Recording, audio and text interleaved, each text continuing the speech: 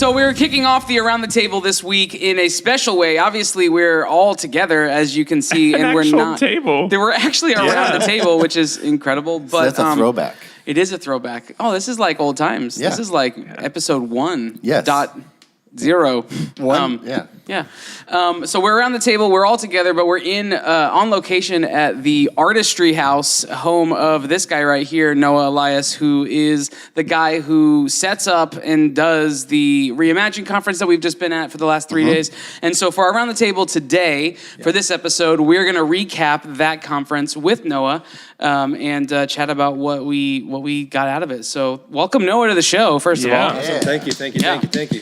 So Noah, as we just said, you put on the conference. It ended late last night, and you've had roughly a few hours to sleep, and now we're back. We're back at it. What in the few hours of morning time or the few hours of sleep you've got? What is your feeling? Like, how do you feel on the day after? Feel really, really good. Don't have any regrets.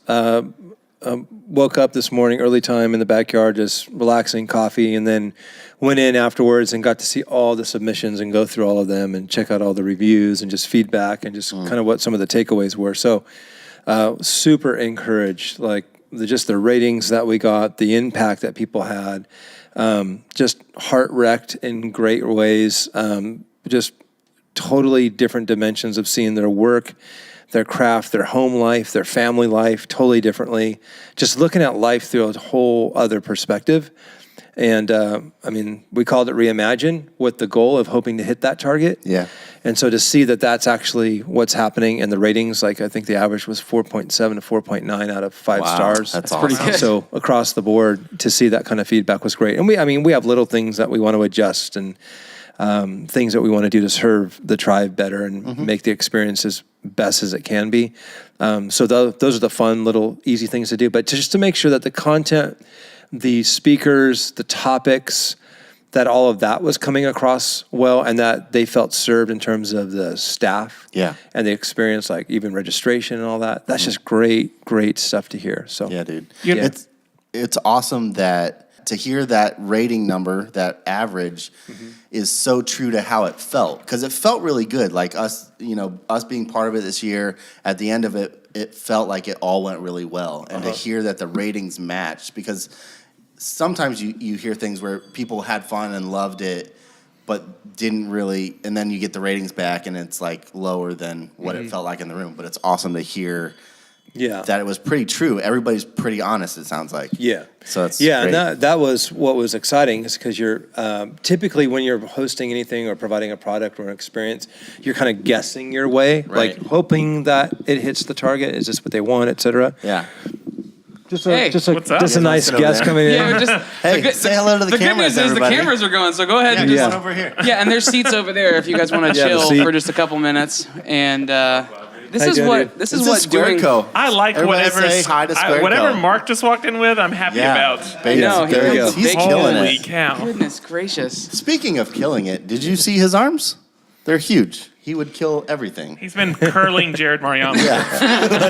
Curling. So Curling. I want to know. So like you said that you woke up this morning and started looking at all of the surveys and everything. Yeah. Is that because you're impatient and you want to like see what people thought right away? Is there a strategy in doing it this early, or is there, have you thought about like waiting a week and letting it kind of dissect? It was more so, it's just really exciting. Like we asked specific questions in there where people were being really unapologetic in their reviews, like almost like make us cry type of stuff so we can make it better. Yeah. So I was really wanting to see like the fruit of that. And just where they're at.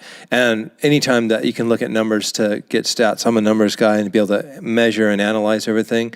So that's always fun. Yeah. So it's just like doing a launch or doing anything like that. It's like, hey, how did it go? And what are the current numbers and how everybody feeling? I was actually also very curious how many people. So we already had about half that had already turned that in. That doesn't even count yet the folks that were able to do the live stream worldwide. Right. So that's going to go out to hundreds more people to be able to give us the feedback.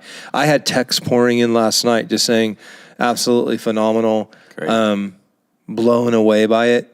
And then I ran into a guy here at the Artistry House last night for the party that he just said the fact that you guys were able to put that up just blew his mind, and he was stoked. So he got a lot of value because he could not actually physically get to the location. Yeah, absolutely. So that was good. So over the course of, the 3 days, I think one theme that the idea of tribe was something that came up over and over. Now, one person I think that, or one way I think that was exemplified was during Carl McKay's talk. You know, Carl is kind of at the top of his game. Like, I don't know how you pick someone that's doing any kind of better than he is in his, on his path. Yeah. And yet, after his talk, he was talking to us, and he was talking, he was, calling people out by name and asking about how they were doing and how their progress was and what they were up to. Right, And it really became very evident how much he cares about his immediate local community, right? Oh, yeah. And it would be very easy to assume that someone at that caliber has like bigger things to worry about or like to think about. Or they're jaded to it or whatever. Sure, absolutely. And that wasn't the case. And that's the same with you. I mean, that's absolutely our experience with you because, I mean, we're sitting here surrounded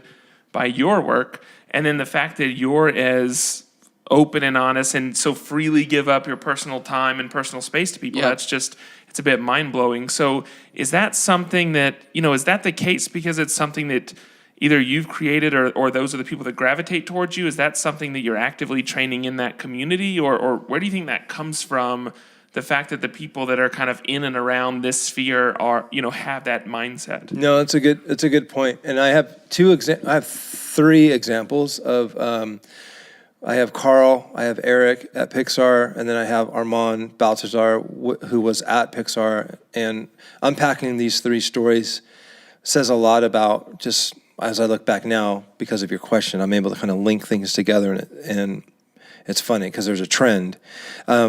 So with the example of Carl, right? Carl was one of my biggest collectors, Vinylmation, would come to the parks and all that. Had no clue what he did for a living. Just knew that he and his wife were passionate. They were always working really, really hard. I'm like, hey, they don't have kids, so they just love doing all this stuff, right? So then that led into a little bit bigger conversations. Let's grab a meal together because they knew some other people and friends of ours. And then it started to become like this little clique and community. But that was cool. But if we talk about Carl's nature, the way he is with just like pouring in, we always assume that great creatives already have that. Yeah. Like they already have this tribe and they belong to like this secret like group and like the people that they run around with. But Carl's in a cave all day. He's slugging it out all day. He's doing 18 to 20 hour days. And everybody would just assume that he knows and has a ton of people. He does know a lot of people, but he only does life with a few. Yeah. And here's a guy that's doing things in excellence, like very few people that I know, top of his game. But it's really important to him to belong and to feel that sense of belonging. And then the same thing kind of happened with Eric and I. Eric and I met via Facebook. He had seen my work when he was on vacation in Hawaii with his wife, and we just kind of started, volleying back and forth, and he would pitch up a comment, and then I would like pitch one back, and then the next thing we knew, I was doing an event in San Francisco, and I invited them to come out. And I've always had this thing, like I'll give everybody kind of like two chances of seeing how deep they're willing to go, how fast they're willing to go. In that respect of like, you don't need a million friends, but you want to have some people that you can really do life with long term. I've been doing life with Eric and traveling and doing things with family for 8 years now. Carl, well over that. Wow. And then Armand, I was at Armand used to be at Pixar, incredible visual storyteller, broke off to do his own story. I'd always gravitated towards that and saw his little tiny booth at Comic-Con, and I walked over there year after year after year. And this is a fun story. This is kind of a nerd story. And so I went over there and I looked at it, and there was just something on the work, and I can typically tell that. I felt the same way. You guys are going to be talking with Jared, but the day that I met Jared and the day that I saw when he did the hipster Mickey Toot, I said, dude, there's something on that, and that's special, and that's going to change a lot of things. Like there's certain iconic pieces or certain sort of things that'll come out in trends or whatever that are historic or something that's going to be a game changer. Yeah. And so when I saw Armand's work, didn't even know what the dude looked like. All I could do was like look at the work, but there was something on it. I'm like, there's an essence in this, and this is special. So I hope to meet this guy. So I bought some of the prints and I bought some of the artwork. I go up to visit Eric at Pixar. Eric and I are eating in the atrium, and there's an art show in the middle of the atrium, and it's a fundraiser for something, but there was like full gallery walls up, and it was all done, and it was like a little pop-up. Nice. It looked great. Yeah. I'm like, dude, how often do you get to go to an art show at Pixar? Yeah, no kidding. So Eric and I are walking around, and I'm looking at all this stuff, and I come across this super rad sketch of this guy with a rocket on his back talking to a kid. And that's I had already had the kid in me kind of bubbling up. Mm-hmm. So anything that kind of gravitated towards that spirit of the kid in you and like the growing up and the adventure and all that. Yeah. Anytime I seen that in public, I would just like gravitate towards like, hey, you're like ideating. Well, you're always doing research and development as a creative, you know. And recently at the D23 Expo, when Amazon came into the booth, she was like, even though I come to these shows, I nerd, but I'm always hunting and scouting. Sure. So I'm like, okay, great, I'm not the only one. But when I went up to this one piece of art, I looked at this sketch and I thought, man, that thing is super rad. I'm like, I'm gonna buy this thing. And just for the one part of it was, I wanted to be able to say I bought a piece of art at Pixar. Yeah, right. So that was fun. But I also wanted, it was a Pixar artist's work. So all the work in there was like visual development, character. I'm like, good grief, dude, this is a flipping original. And so I just wanted to have an iconic, small little takeaway piece that could be a memento of Eric and I's memory together, what I was currently doing in that season. And so I buy the sketch, go home. Eric ships it to me because he's like, hey, I'll ship it to you. I'm like, great. So I come back, I go to Comic-Con again. I go to Armand's booth. I'm like, hey, I wonder if anything's developed or how things are going. He's writing this book or whatever. Go there and look at some more work. And it's awesome. I'm like, dude, this is just so good. And I'm going to buy some more prints. Well, then all of a sudden he comes walking. He comes behind his little table. And he's this little dude. And he's wearing like a little fedora and all that. I'm like, dude, I just want to adopt this guy and put him in my pocket. Like, I just love it. Like, I like gravitated towards him. His wife was there. Yeah. And I go, dude, do you mind coming out here for a minute? And he comes out, and I said, dude, you don't know me at all, but I've been following your work. I love your stuff. There's something on it, and the story of what you're trying to tell, you're going to heal the world through the hope of this story. And he nearly starts crying. And I go, I just need to let you know, a lot of people probably won't even say that. I don't know you, but I got to let you know I know what you're going after. And that helps me a lot. So he's like, and so, we kind of hit it off a little bit. And he goes, honey, hold on one more second. He's like, where's your booth? And then we walk over. And then I'm giving him shirts and some art and all that kind of stuff. And then it was like friends. Immediately. Yeah. So here's where the cool story is. I come back and look at the sketch that's in my office, and it's his piece. Wow. And I looked at that piece and I went, this is Armand, and I didn't even know it.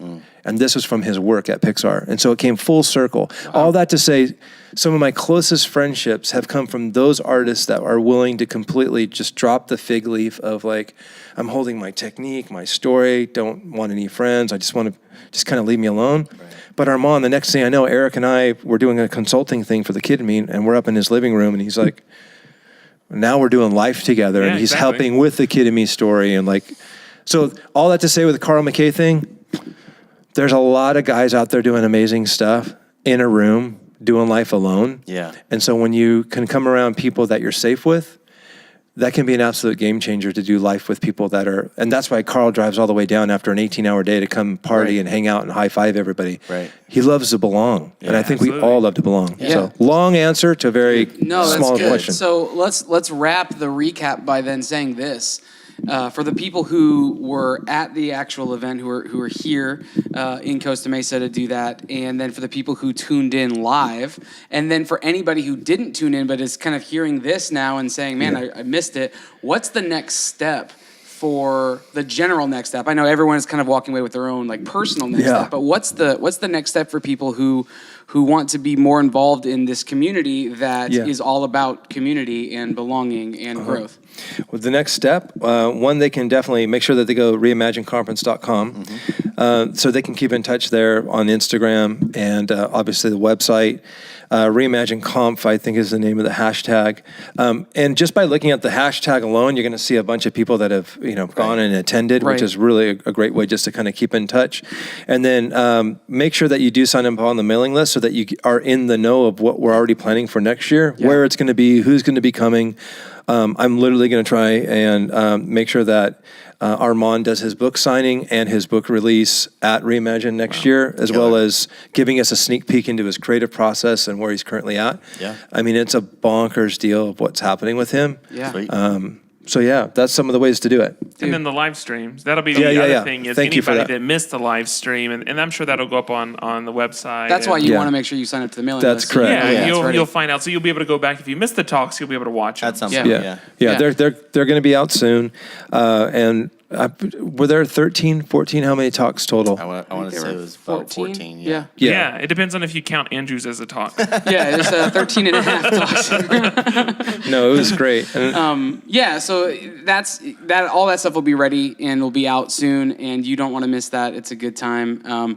Noah, as always, thanks for opening up to everybody who encounters you. It seems like, but to us specifically, thanks for opening up to this space. The space is amazing. Yep. You in internet land are only seeing like 10% of We'll what we get to probably see. have some B-roll going Yeah, at that's certain cool. spots, yeah. But this place is amazing, so thanks for letting us hunker down and absolutely. do all This is your stuff. home away from home. Anytime you need to use it. Awesome. I'll Yeah. hold you to that. I now live here.